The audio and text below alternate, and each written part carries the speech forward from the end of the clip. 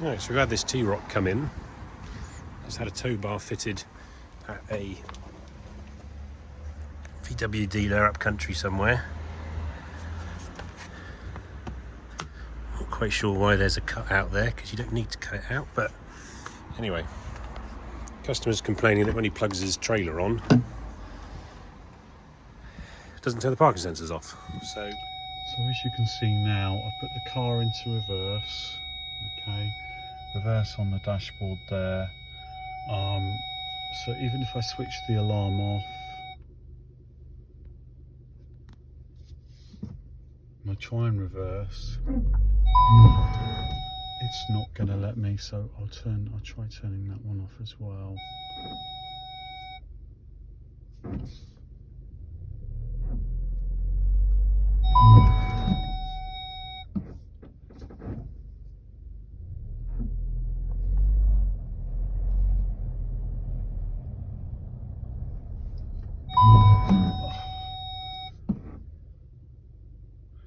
So you can see there's no way of reversing the vehicle without the braking automatically coming on with either the bike rack or the tow bar on, which is why it's actually no good to me as it stands. So let's have a look.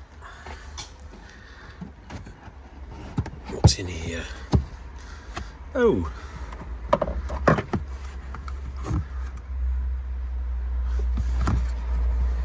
that's nice, isn't it? And look, you can see they've even got their wires around the wrong way. I can't say this would be a VW dealer, but it's probably a company that's gone in and fitted it for them. So let's see if we can rectify this then. Lovely Scotch locks, horrible things. And I've just spotted, look, they haven't even put the trim back properly. Just looking at this panel, clearly it's not in properly,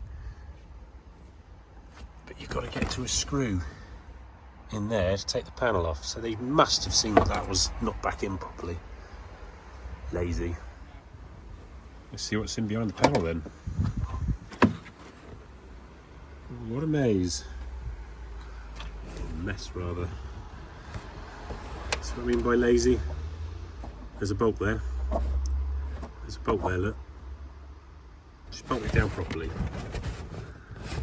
Fuses in behind the panel so you can't get to them, even better. Can you see daylight through that grommet? Come on, phone. Let's rectify it then. I now know why they've had to cut the bumper. Because if you follow the diagram, that hole there, that one there, that's for the T-Rocs. Oh dear. Right, so the boot bit's done. So nice and tidy. There's the new module, vehicle specific module. That's all tidied up. That's all safe, secure. And for the keen-eyed of you, there's an extra wire in there. Wonder what that does. So this is how the kit, the vehicle specific kit, talks to the vehicle. So it reads the CAN bus of the car, talks to the vehicle and tells the vehicle whether the trailer's connected, not connected, whether there's a bulb failure or not. So what we do is we de-pin the CAN off of the module that's tucked up behind the glove box, and then we re-pin so there's no soldered in wires or anything. So it's kind of a plug and play. That all gets re-pinned, and then the fuse gets put in here properly into one of these instead of lovely Scotch locks in the boot. As you can see now, we have a trailer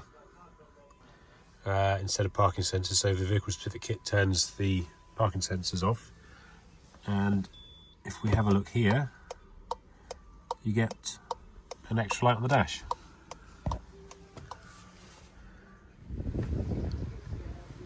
Now that the tow bar's been put correctly in its place, I actually wouldn't have needed to cut this out, which is a bit of a shame. Right, that's the boot back together again. And the panel as it should be. Perfect. And if you hadn't guessed it, what we also installed was a reversing camera. So with moving guidelines and parking sensor info there.